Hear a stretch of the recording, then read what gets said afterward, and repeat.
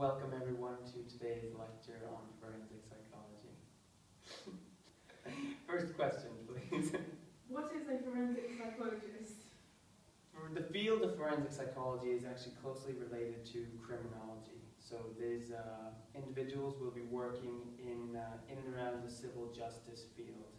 They'll be involved with the psychological aspects of criminology, so focused on the psychology of criminals, victims, witnesses, and all those involved in the legal system or the commission of crime. Where do you work? A forensic psychologist will work in a number of different areas. They could work in the courts, hospitals, social services, and universities, but for the most part you'll find forensic psychologists employed in the HM prison services. Who do you work with?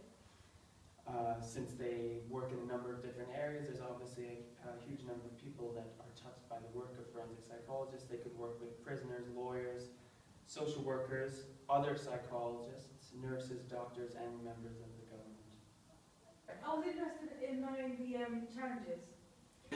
Your question was fine. So I'll outline 3 challenges. One of the challenges to being a forensic psychologist would be remaining objective when your client, the person you're working with, has a specific aim in the proceeding. The next would be avoiding answering, they call it the ultimate question. So you don't want to provide information or an opinion that would get too close to the determination of innocence or guilt.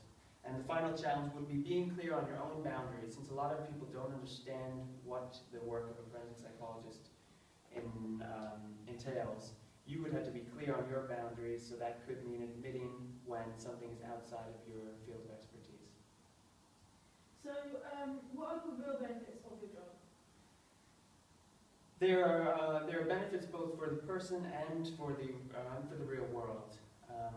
For the practitioner, obviously you get the opportunity to help people, and you get to work in many different fields like the government and the court and such. For the real world, the benefits of this field will be providing training and support for people involved in this area, so it could be other forensic psychologists or members of the prison system. And you also get to provide a psychological perspective on crime, so getting an influence in the court system of what's really going on with the psychology of the people involved.